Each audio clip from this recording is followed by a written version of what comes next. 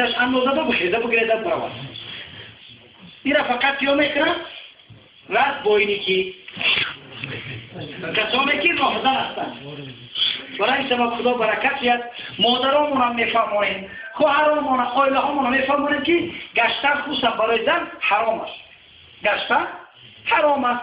خصوصا چیکار بکنیم؟ اگر کدام خانه همسایمون، اگر مادرامون جمع شود خودشان یگان عالمش یگان نصیحت بکنن درست هست، لیکن قد به قد کوچه گشتن. باور کن عید قربان، عید رمضان ده دختری که نعوذ بالله عروسی شده تا شب ساعت 12 ایستگی میبراید، پدر نمیپرسه کجا رفت، کجا بوده او بیچاره. برای این سبب در خانه‌شان حرام است گشتن که حرام است در بدن ما. خودمون یک فکر رو که خانه نیسته و ما شما نیکمی خانه کسی که فریاد نکرده دویده میدروید. برای این سبب الحمدلله این یک موضوع. دیگر موضوع همین است که درباره تکبیر و تشریق خب واجب است برای هر فرد مسلمان که از همین پگاه یکشنبه از کلمون پگاه از این بعد بامداد تکبیر و تشریق شروع میشه.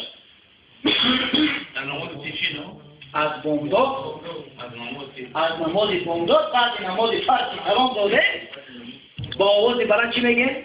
الله اکبر الله اکبر لا اله الا الله والله اکبر الله اکبر ولله الحمد. یک بار گفتن واجب، دیگر گفتن مستحب. یک بار گفتن واجب، باقی موندهش خب مستحب. خب سوال میاد که آیا در بین فقهای کرام اختلاف هست؟ بله هست. در مذهب امام اعظم رحمت الله علیه که ما و شما دعوا میکنیم که پیشوای مذهب ما و شما است، این شخص بزرگ گفته است که 8 نماز گفته شود.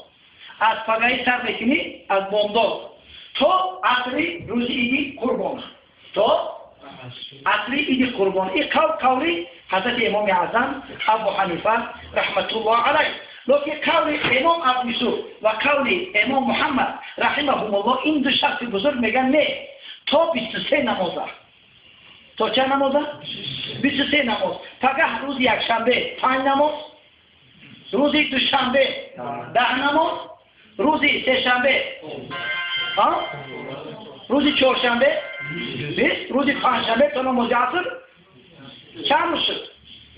خب در اینکه هر یک فرد مسلمان یک چیز باید نازک‌فهم باشد. ایام تکبیر تشریق دیگر روز است و روزهای قربانی دیگر روز است. یک از ما شما را میپرسد باور کنید که ما شما یک قدر کفا ماندگی است، یک سوال عادی را اگر یک از پرسد ما جواب گفتن میتونیم.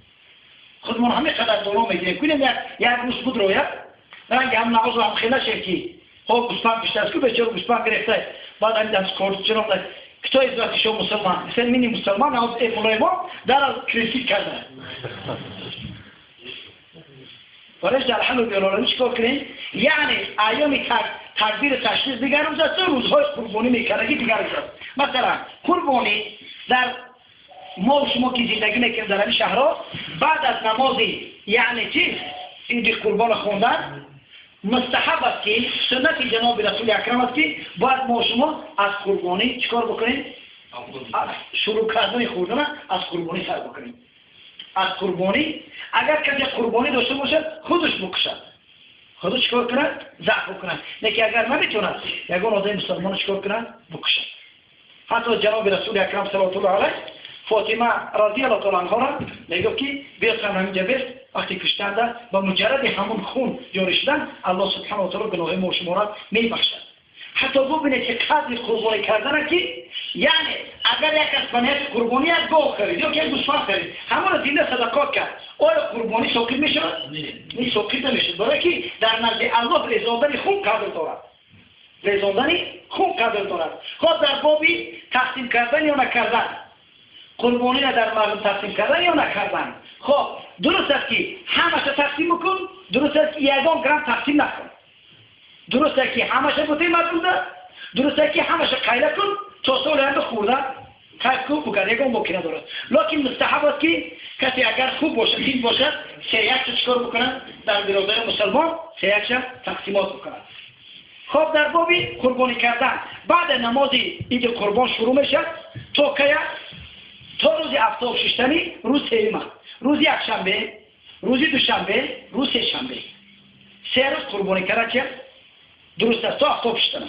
اگر کدام مثال قربانی نکرد روزها گذشته چیکار بکنه؟ اگر بای باشه چیکار میکنن؟ پولش صدقات میکنن.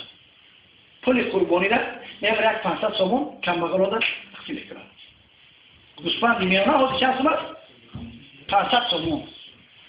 گوسفند میانه کسی پول و مال دارد نکرد روزها گذشت باید چیکار بکند؟ پول قربانی را در کمبغل صدقات بکند. یا یک کمبغل در بسیاری مردم ما قربانی واجب نیست. گوسفند خرید بعدا زرگر کرد همین را نکشتند. روزهای قربانی گذشت چیکار میکنند؟ همین گوسفند قربانی را زیده برو در یک کمبغل دیگر صدقات میکنند. برای چی؟ وقتی که در گردن کمبغل واجب نبود، وقتی به نیت قربانی خریدن این نقد شد. این به چی شد؟ واجب شد در گردنش. وقتی روزها گذشت که نکردن باید زنده چیکار بکنن؟ میرن در یک کمبغل صدقات. خب برای اگر قربانی در ایامی خرید یا دوستان که تولد که زور همون بچه‌ش هم خوشم قربانی میکنی بچه‌ش هم قربانی میکنی، یا میتونی که مادرش قربانی کنی بچه‌ش چیکار بکنی؟ زنده ایام کرده صدقات بکنی. برای سبب قربانی کردن بسیار نعمت بزرگ است. پیغمبر خدا میفرماید که عظموا ضحایاکم فانها الى الجنه مطایاکم. شما گوسفندای فربه بزرگ قربانی بکنید که شما را به سوی جنت تیزتر کشیده برد. او پیغمبر گرامی اسلام قشقورای شاخدار کلام می‌سفید قشقورا اخته کردگیش هم درست است. اخته کردگی سنت جناب رسول اکرم است.